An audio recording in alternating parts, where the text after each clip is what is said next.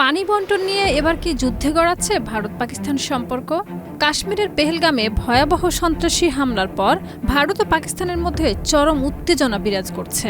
এই হামলার জন্য পাকিস্তানকে দায়ী করে কড়া প্রতিক্রিয়া জানিয়েছে ভারত।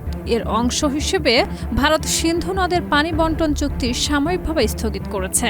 তবে কি যুদ্ধের হুমকি আসছে পাকিস্তান থেকে? ভারতের সিদ্ধান্তে ক্ষুব্ধ প্রতিক্রিয়া জানিয়েছে পাকিস্তান। দেশটির প্রতিরক্ষা মন্ত্রী খাজা আসিফ হুঁশিয়ারি দিয়ে বলেছেন, ভারত যদি সিন্ধু নদে কোনো ধরনের অবকাঠামো নির্মাণের চেষ্টা করে তাহলে পাকিস্তান প্রতিরোধমূলক হামলা চালাবে। তিনি বলেন, আগ্রাসন মানে শুধু অস্ত্রের ব্যবহারের সীমাবদ্ধতা নয়, পানি প্রবাহ বন্ধ করাও এক ধরনের আগ্রাসন। এতে লাখো মানুষের জীবন হুমকির মুখে পড়ে।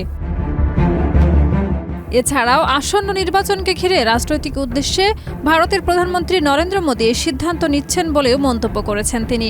খাজা আসিফের দাবি, বর্তমানে ভারতের উপরে বৈশ্বিক চাপ বৃদ্ধি পেয়েছে এবং পরিস্থিতি যে কোনো সময় আরও জটিল হয়ে উঠতে পারে।